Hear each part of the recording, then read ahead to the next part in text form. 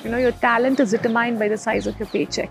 In today's world, of course, money does play a very important role. Power or authority to do something is empowerment. Maybe through your family, through your friends, you might need that one push saying that, you have it in you to do it. We need to connect and collaborate. It has to start.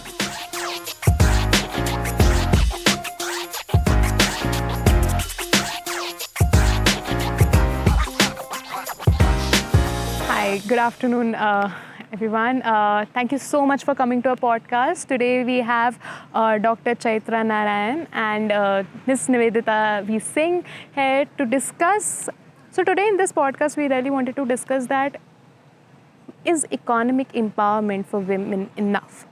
But before we delve onto this, because empowerment could be looked at with various facets, but before we even delve onto this topic of economic empowerment, I wanted to ask both of you, according to you, what does empowerment mean? I would say, it's a highly misunderstood word. Okay, now when you say empowerment, refer the dictionary and it says the power or authority to do something is empowerment, right? Now it's very important to understand because there are lot many theories, lot many perspectives to the word empowerment itself, right? Now when you say or ask me or ask us that, what is empowerment to you, then I would say, of course, it's like changing that mindset. Right? And when I say mindset, for you to have that strength, for you to have that courage, right? To accept what you are, do things the way you think, not that you don't have to take perspectives from people or take opinions from people, right? But decide for yourself as to what you want to do. And that's the true sense of empowerment. So basically choice. Choice, acceptance of what you are, who you are, and do the way you want things to be. Of course, it has to be, there are many, a lot of paraphernalia attached to empowerment. Yeah, you can always go back to your parents, go back to your, friends, go back to your teachers, whosoever, right? But at the end of the day, you should be able to understand, have clarity, and decide for yourself, and be accountable for it also, right? And in that true sense would be empowerment, right? Empowerment just doesn't mean that, okay, fine, I'm a leader, I'm a politician, or I'm a headmistress or whatever, and I have the power to do things. So that's not empowerment, right? Empowerment is being confident enough in taking the decision and which you think is the right, and you will be accountable for it. Yeah. Adding on to what Nivedita just said, empowerment to me, especially when it comes to women, everyone speaks about, women empowerment, and you just mentioned economic empowerment. It comes from being self-empowered. It's not just, someone trying to make you feel empowered or someone working towards you to make you a stronger or a, much better person. No, it starts from yourself. Why would you even want somebody else to empower you? You have it all within you, right? So it's basically all about self-empowerment, how you recognize the strengths within you, how you push yourself forward, and the confidence that you have in you. That is what makes a woman or a man empowered. But as you said, that we have it in us. But also, I think you would agree that, don't you think that at times we do really need certain people to make us realize that we have it in us?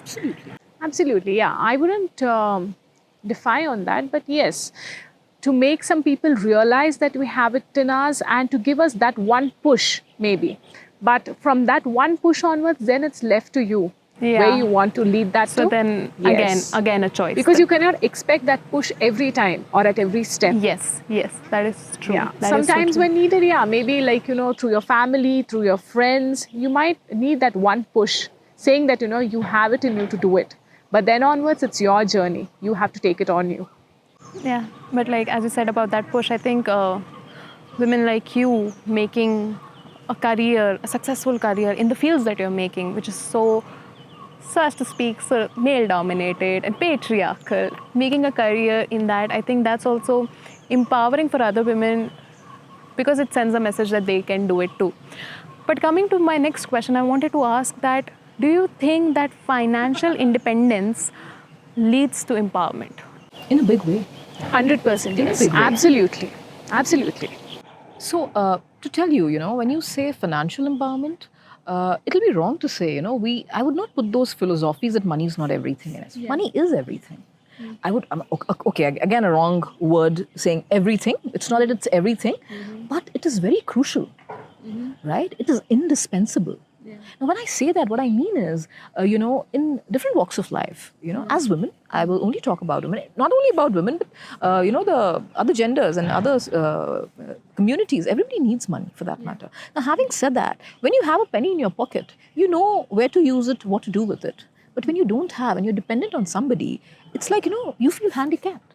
That sense of handicap, again, makes you lose your confidence, makes you lose your worth. Money is a big trigger. There can be umpteen number of examples where, people who are not even literate, not even that educated or whatever, but they have the money, they go out and out. Do they really? They do. Money plays. But what I'm trying to say here is on your thing that, I would 101% say that money is important. Money gives you a lot of empowerment. Money gives you a lot of empowerment. And I'm not talking about the archaic times. I'm talking about today's world. You need money for everything, even to get that education, okay? The government or, institutions, NGOs, they have this primary education, all that. But due respect to them, they are doing their bit, right? But if you have money, you can take a call as to what you do, right? Let's take an example, I would say my house help. She earns. And she says that, no, madam, I have to, send my daughter also to the school. My son is going. So, that financial empowerment can only do because she's earning and she's thinking that she will invest in her daughter as well, right? So money in many ways is very important and crucial, and I 101% take it that money makes you feel empowered to a great extent. Yeah, to add on to that, there's a saying which says that, your talent is determined by the size of your paycheck. So in today's world, of course, money does play a very important role, and also with financial independence or with financial stability comes decision-making capacity. And also, you're able to make decisions for yourself. Now, imagine you have a good career, you're into your own business or you're in a good, well-paid job. It's only then that a man or a woman is able to make decisions for himself or herself or for the family. That comes only with financial empowerment. Otherwise, how is it when you lack stability? How is it possible for you to even take any good decisions? That just doesn't come that way. So yes, money or financial independence, and especially when it comes to women, financial independence is very, very essential and important because it's only with financial independence that your dependence stops. Yeah, I agree with both of you that financial independence, being a young adult woman, of course, financial independence is very important. Even I feel that in my life. But I wanted to ask you that since your work is in agri-tech field, so you meet with a lot of farmers. You might have met a lot of farmers. Now I was studying and I saw this report that says that so this report of Indian Economic Survey of 2017 and 18 said that males are migrating towards the urban spaces, so agriculture in itself is becoming a very feminine field. But despite the women being there working and having that sort of financial independence, they aren't truly empowered, right? Because there are a lot of systemic oppression that they're going through, which is to say that the very fact that they don't have that sort of visibility or identity, because whenever we speak of a farmer, the first image that comes to our mind is that of a male farmer, not of a female farmer. But there is pay disparity, there is land ownership rights infringements and stuff like that. So what do you think is the case there, and how do you think that could be changed?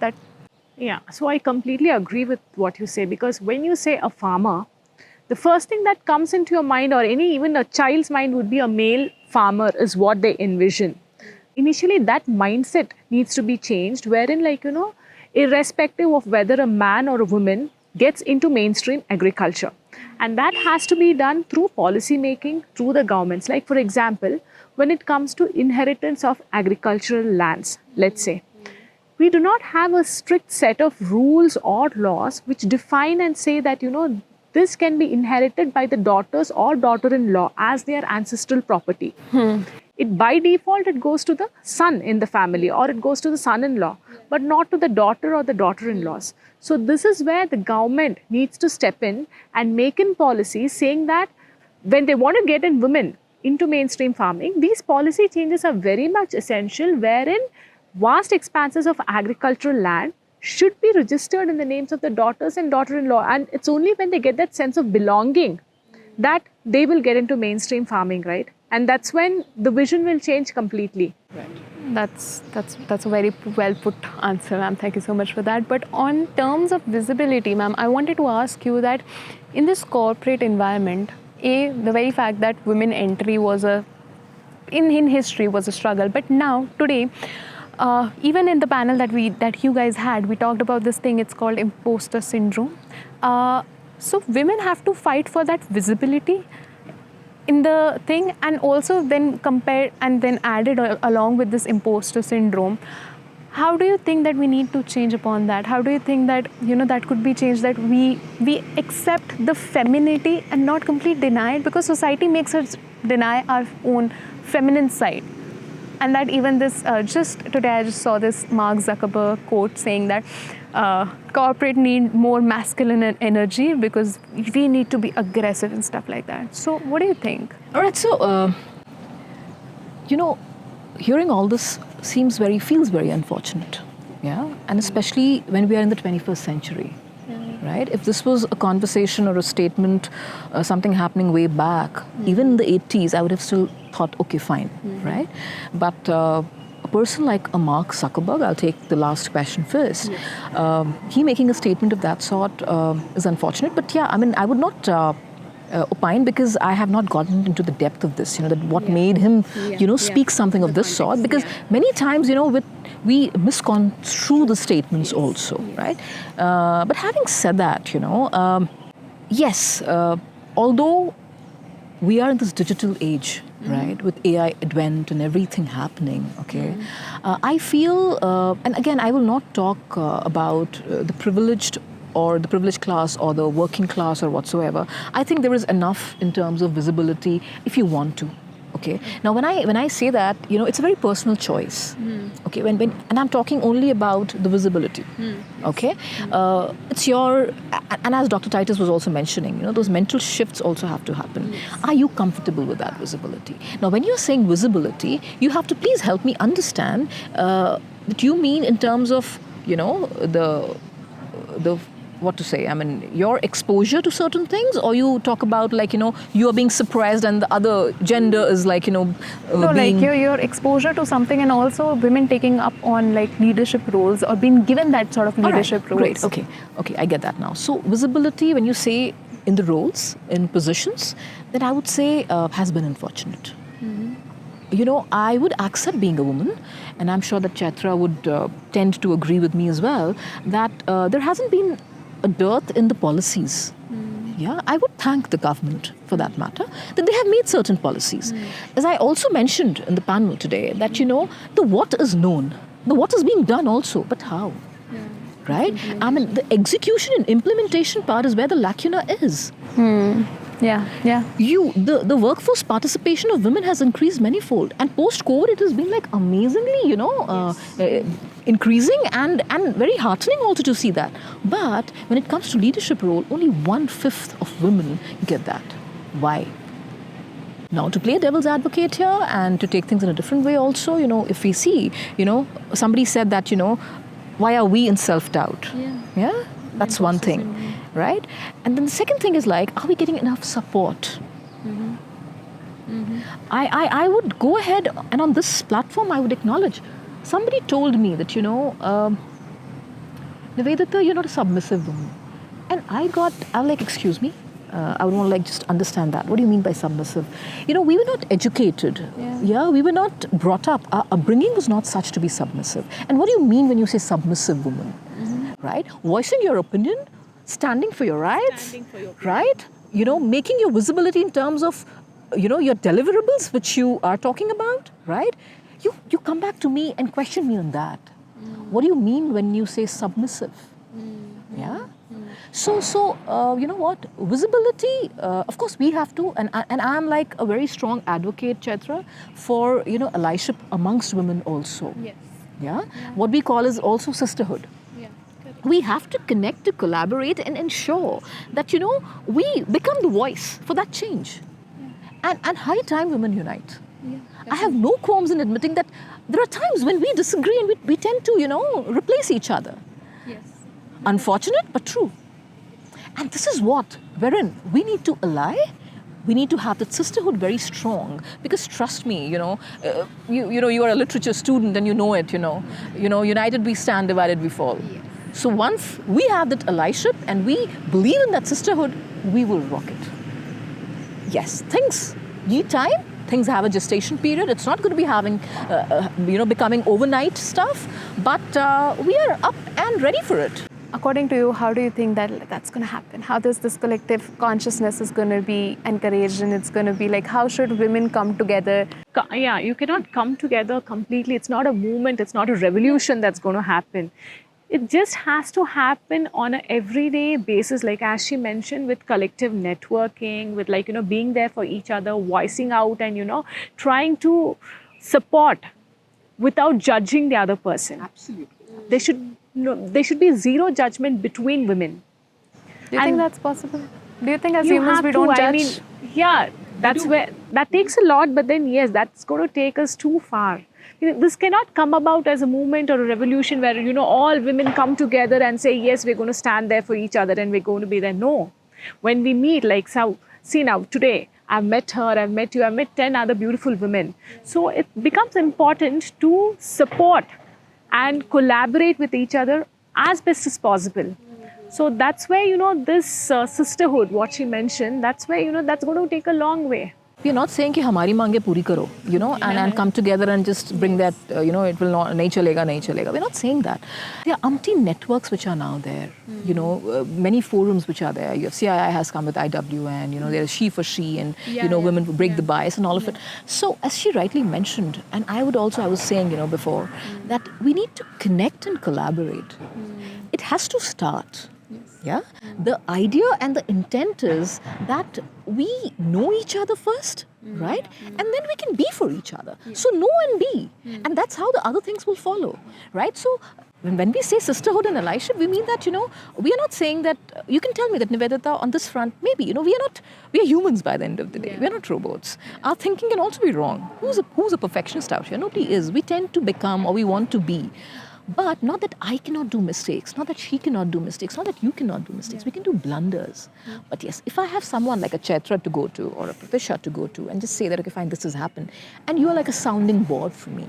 So what we are just saying, the need of the hour is to connect, to collaborate and contribute. Connect, collaborate, contribute. And this is how it will transform few years down the line into a movement, of course, when women stand for women. And trust me, I was also speaking in the morning, about this triangulation, right? When I say triangulation, I mean, businesses, policymakers, and of course the society, right? So the change has to be, brought in all these three. And that's how the empowerment will happen. Yeah. So I think we've come a long way, thanks to all of us, and thanks to everyone for that matter. We understand women, but yes, there's a long way. To go. And I think with this kind of, conversations, with awareness, with all of this, I think it's not bad and we will make it. We'll definitely make it. Of course, we'll make it. We're women. We'll make it. But thank you so much Pleasure. for coming here Pleasure. today Pleasure. and talking to us. It was a pleasure talking to both Same. of you. And Thank you.